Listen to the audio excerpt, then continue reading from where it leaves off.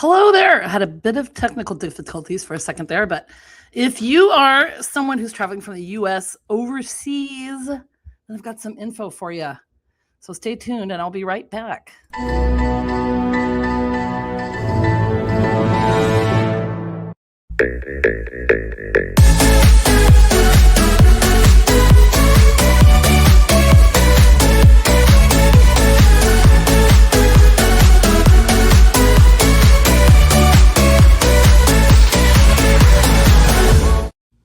Boom!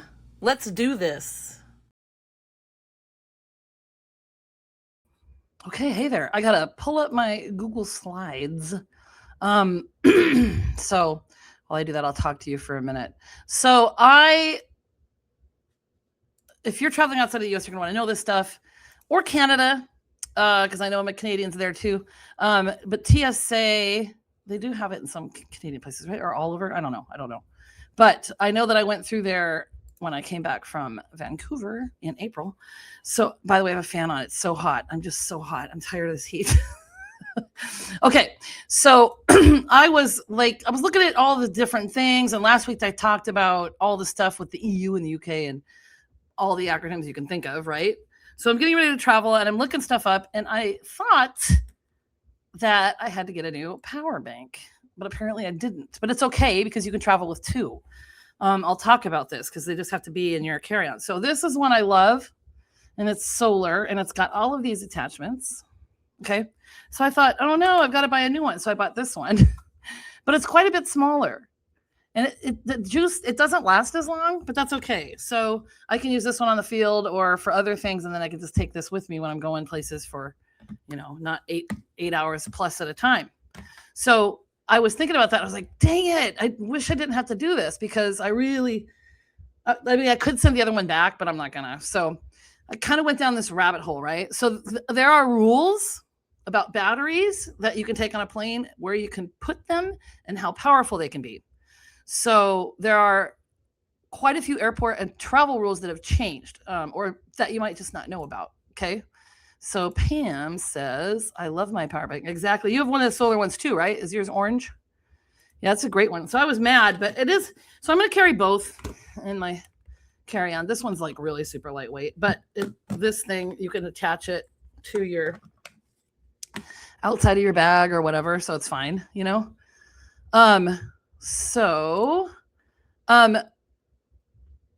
Tonight I'm going to talk about like how you get through the airport and what you can put in your bags and what you should not put in your personal belongings, or your check luggage, right? And some things you need to know before you bring food and other stuff, because we're talking about international travel today. So I'm not going to spend a ton of time on domestic stuff, okay? Because we have to get out of the United States. So the first thing is, do you have to have a real ID? So I've got this information here. So check this out. Do you have to have a real ID? That's what these things are. So you can see the one up there, real ID. I circled it. It's got the thing with the star on it. Oh, Pam's got a nice one here. I wonder if we get the whole thing. August 21st, 2026, the laptop fire on American Airlines occurred on August. Okay, so you said that during the flight 2398 from Atlanta to Dallas. The incident involved a passenger's laptop catching fire, leading to smoke detection in the cabin. The aircraft landed safely at Dallas, and one passenger was treated for minor burns. Okay, well, that's interesting. We can take laptops, though, thank God, because I always take my laptop.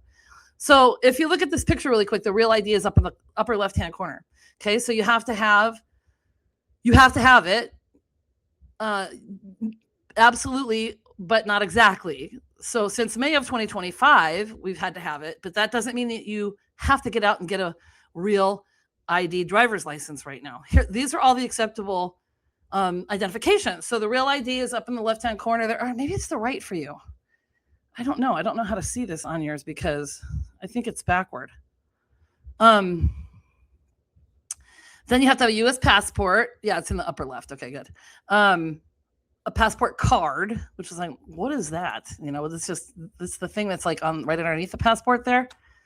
But you'd still need your passport. I guess the passport card's for real fast things. You can have a military ID, certain DHS trusted traveler cards, including global entry. So you see that one there on the bottom right. There's two different ones. They use the same like models for them. An enhanced driver's license. I'm like, what the heck is that? Which is the thing on the top right up there. That basically is something that enhanced driver's license is like a real ID, but with an extra perk. It can also be used to enter the US by land or sea from certain nearby countries, but it does not replace a passport for international flights. Okay. So if you live in a state that offers an enhanced driver's license, you can travel to Canada or Mexico if you're in the US by car or by sea. And that can be really convenient because you can use it to return to the US without carrying your passport. Okay. So several other forms of federally accepted identification are acceptable, such as tribal nation identification cards. But if you're traveling overseas, guys, you're going to need your passport. So that covers a lot of things. Okay. So,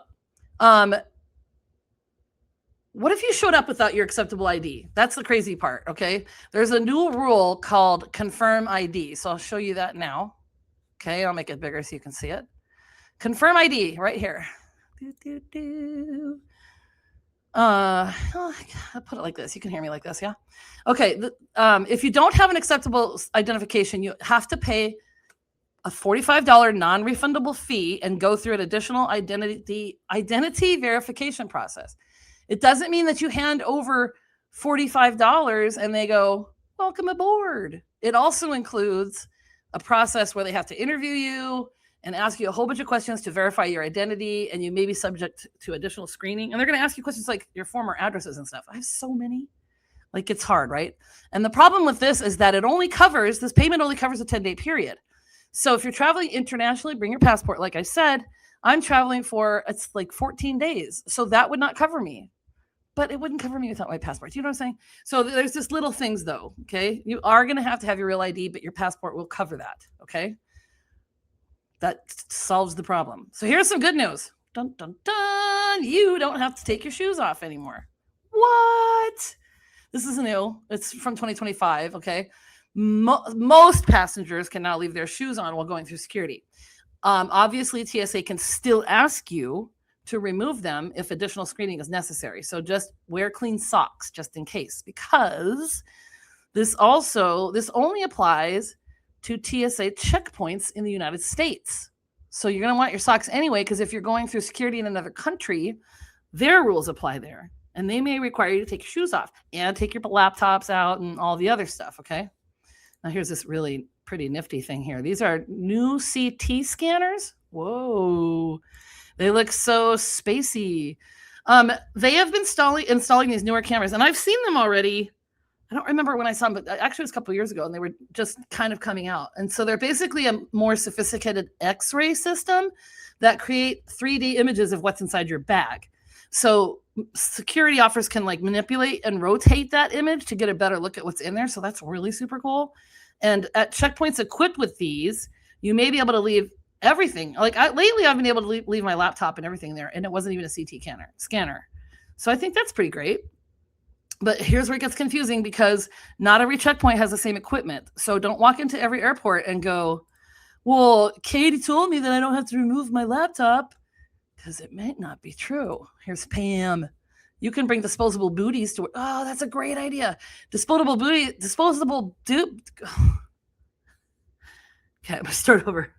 Woo. You can bring disposable booties to wear through the checkpoint if you have to take your shoes off. Those floors are ew. Actually, Pam, it's a much better idea, because then you just throw them away, and they're pretty cheap. And those machines also read images based on the periodic table. Oh, they do? So in case you have substances, you mean? That's pretty interesting.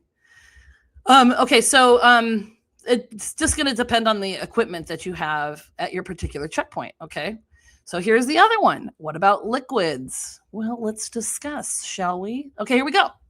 It has to go in your carry-on bag. It has to be 3.4 ounces or smaller. It has to be in a clear plastic bag, and you can only have one per traveler. So you can see here, if it's 3.4 ounces or smaller, you can put it in a bag. Bring it on your carry-on, but only one bag. And if it's larger, they need to go in your checked bags. One thing I am doing this year is, and I've already mapped it out, I'm going to go, I'm picking up Jennifer Taylor at the airport. We're going to head up to that Windmill Village. We're going to stop at a store that has like shampoo and soaps and snacks and stuff. And then we're going to go to a store that sells chairs, and we're going to buy chairs. Boom. Because you can buy them pretty cheap, and then I can just donate them. I can give them to people that live there, and they can take them with them and use them for future games or whatever. So I don't really want to travel with the travel size ones. I might have like a travel size toothpaste and toothbrush or something, but you can always do those different options too. And sometimes you can get that stuff at duty free, although it's more expensive. Sometimes I just don't want to mess with it. Okay. So there are important exceptions to the liquid stuff. Okay. So you can have medically necessary liquids, things like breast milk and baby formula. They might have make you do additional screening, but just remember that a liquid isn't okay. I need to slow down. A liquid isn't always something you can pour. Okay, that's an important distinction to remember. It also considers things like gels, pastes, and creamy substances. So things like these, and I put them all in the travel size, just so, except for the gravy. I mean, I don't know why you travel with gravy, but I mean, if I can make my own poutine, okay. So these are considered non-travelable things. Now, if you can freeze them and they are still solid when you go through your checkpoint, that's a different story. Like, but I don't know how good yogurt would be. And I love yogurt. I don't know how good it would be after freezing. But like, say you have a protein shake or something, you could freeze those. You could also bring on like ramen and then just get water to add to it or whatever. So there's some cool things that you can do. But just think if you can squeeze it, pour it out, or spread it. No, it's a no-go, okay? Because let's see what I'm gonna say. Just need to look it up before you pack it, right? Because maybe you're wondering, what is a liquid? Well, all of these can be considered a liquid, okay? So the power banks I already talked to you about. Here's the problem with it. Let's see. Do I have a picture of those? Okay, in-flight charging rules. Here's one of the new things here, okay? Spare lithium batteries and power banks go in your carry-on, not your checked luggage.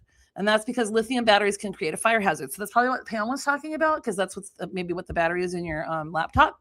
If something happens, you want that battery somewhere the flight crew can actually get to it. So power bank, carry-on, spare camera battery, carry-on, other spare lithium-ion batteries, carry-on. Don't put those in your checked luggage, okay? You cannot plug in your, Pam says, yeah, liquids, creams, and gels. Yeah. You can't plug in your power bank on the airplane to charge it anymore. So make sure it's charged. Charge it at the airport if you must, but try and charge it before you leave, okay? So maybe you don't have in-seat outlets since you're going to use it up. So I'm actually really thrilled that I can bring this one because I get a lot of use out of that one. A lot of hours. And I'm going to make sure that my laptop is charged. I don't usually use my laptop on the plane. Like when I was getting my master's, I would write papers on there. But I don't think I'm going to have to use my laptop too much on the plane. So that's good news. Okay, so you need to watch the watt hours with your power banks. They have to be 100 watt hours or less. And both of these are, I thought this one was between 101 and 160. But I made a mistake. Okay. So if it's between 101 and 160, you could potentially still bring it, but you need to check with the airline. And then if you're traveling overseas, you have to check with the other one where you're going and that kind of stuff. So most normal power banks are not at 160 watt hours. If it's over that, it's not allowed at all. I want to see what one of those looks like. Okay. So just make sure the battery information on the device is readable. It's usually on the back. Take a picture of it, whatever, make it bigger if you need to, okay? So here is an important update also, right here, okay? Oh, nope, that's next. Okay, gate checking. Let's say you've packed everything and your power bank is in your carry-on, and then you get to the gate, they say, oh, we've run out of space. You need to take your power bank and spare lithium batteries out because now the carry-on is becoming checked baggage, okay? So that might be something that's easy to forget. So remember, and I have like another device that I need to take out. So what you need to do is, the easiest thing to do would be to have a bag inside your carry-on that you can take out and leave under the seat to use that as your essentials bag, okay? And this is my favorite one. This is the one I was going to show you. This is the airplane pockets. This has been the single most useful, amazing item that I've ever bought for travel. It's amazing. So you can see it there. You can fold it up.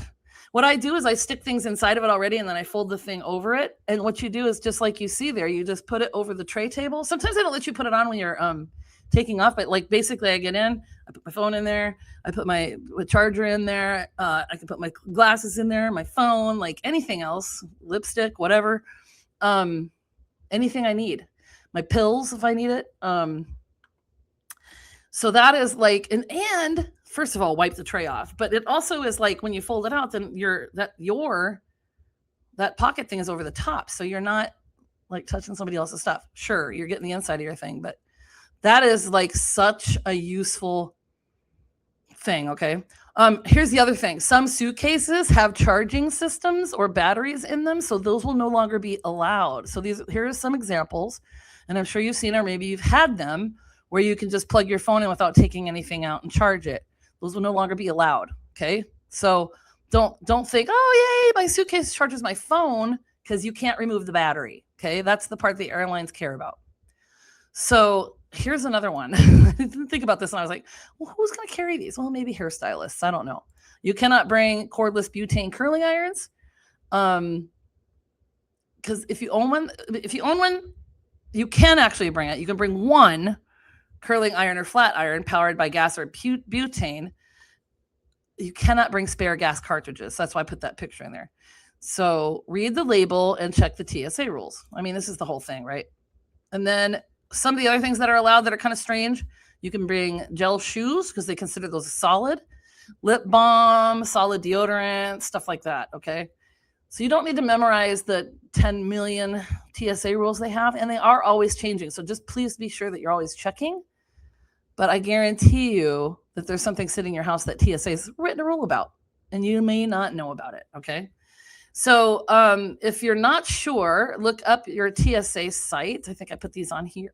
Oh, bring these foldable bags. I'll get to the TSA sites in a second.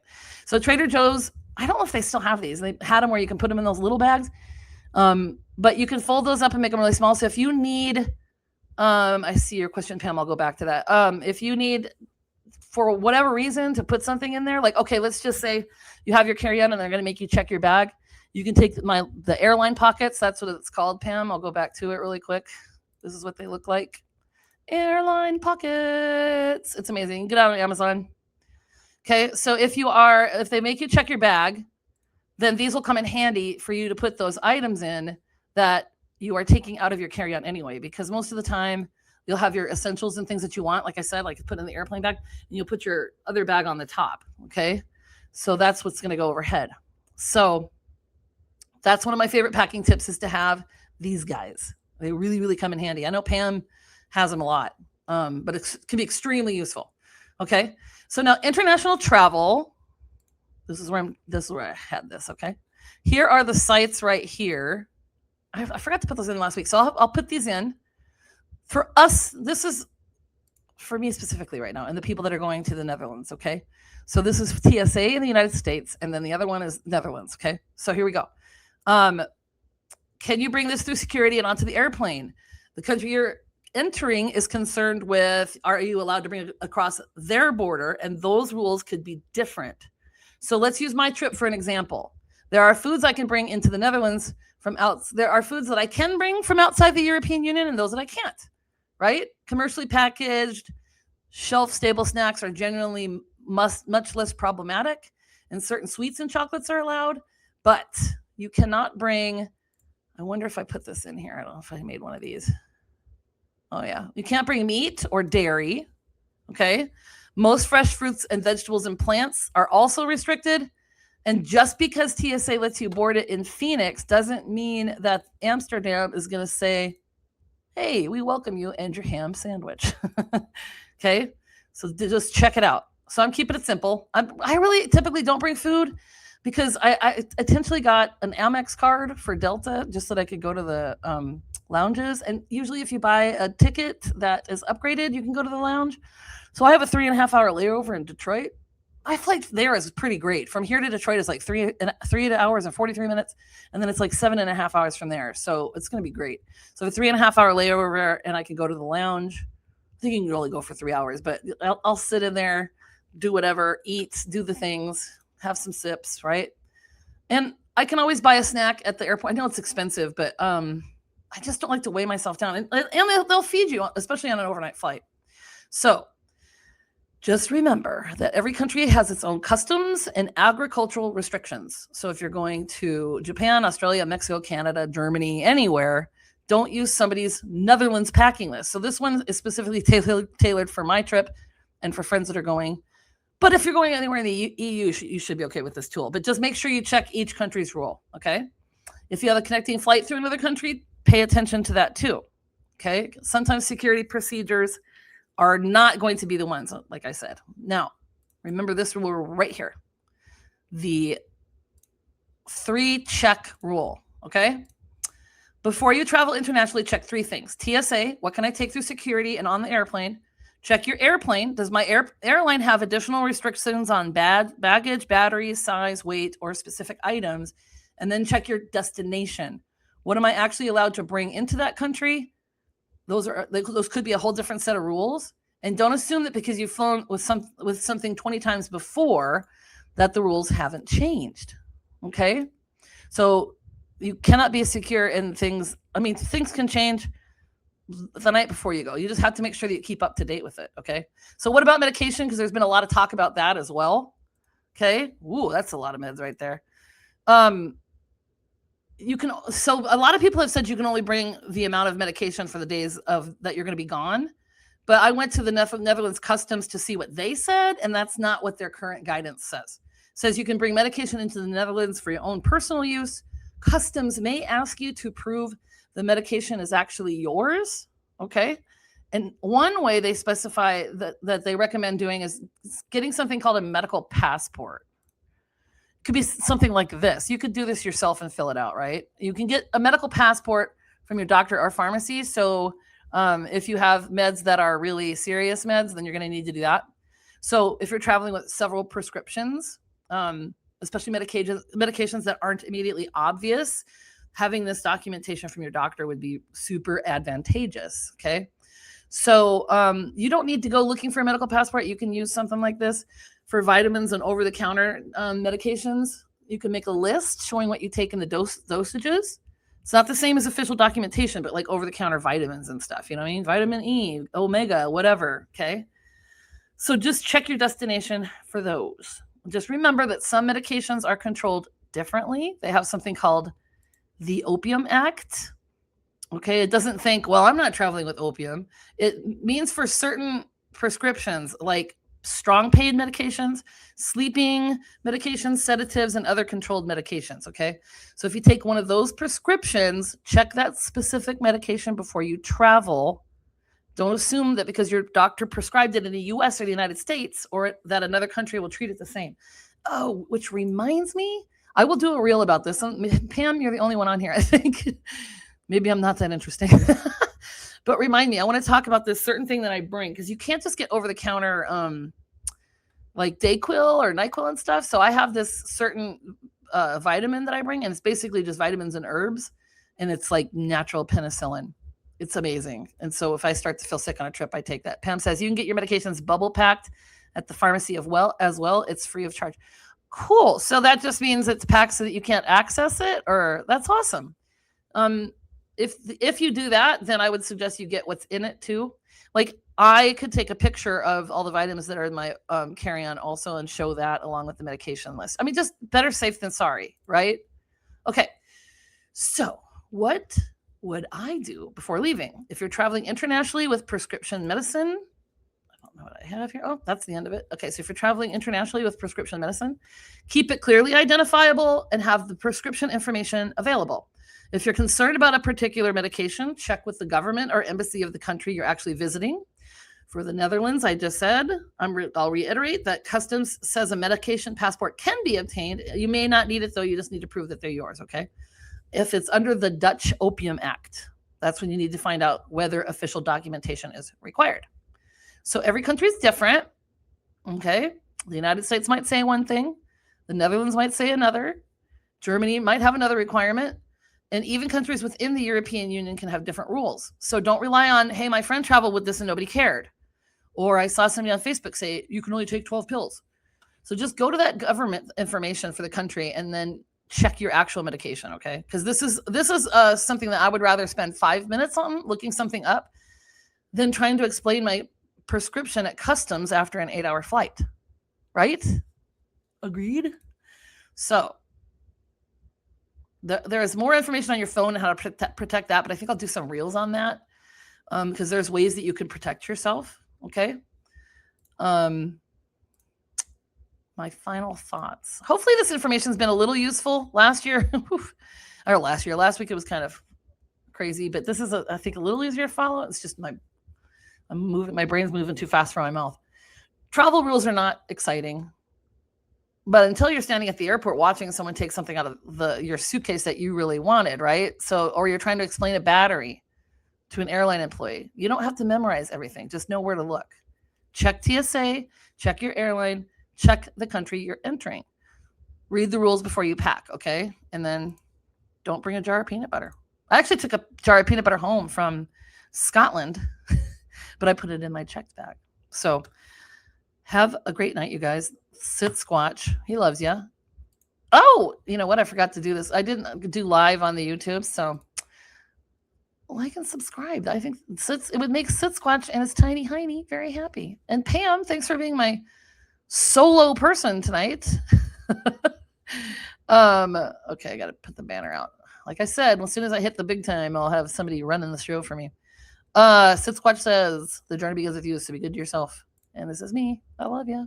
Peace and love. And I would like to say one more thing because I forget that I did this fancy thing too.